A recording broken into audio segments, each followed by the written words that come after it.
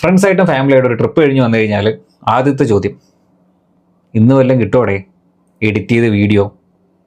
അപ്പോൾ അത് ഇനി മുതൽ നിങ്ങൾക്ക് തന്നെ നിങ്ങളുടെ വീഡിയോസ് പ്രൊഫഷണലായിട്ട് എഡിറ്റ് ചെയ്യാൻ പറ്റും. എങ്ങനെയാണെന്നുള്ള കാര്യം വളരെ പെട്ടെന്ന് പറഞ്ഞുതരാം.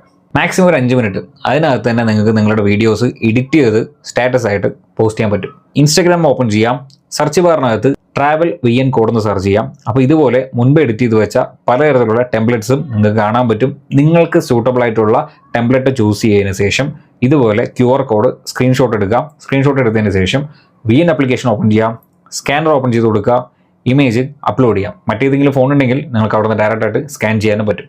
അപ്ലോഡ് ചെയ്തതിന് ശേഷം നിങ്ങളുടെ കയ്യിലുള്ള റോ ഫുട്ടേജസ് ആൻഡ് ഇമേജസ് ഈ പറഞ്ഞിരിക്കുന്ന രീതിയിൽ അപ്ലോഡ് ചെയ്ത് കൊടുക്കുക.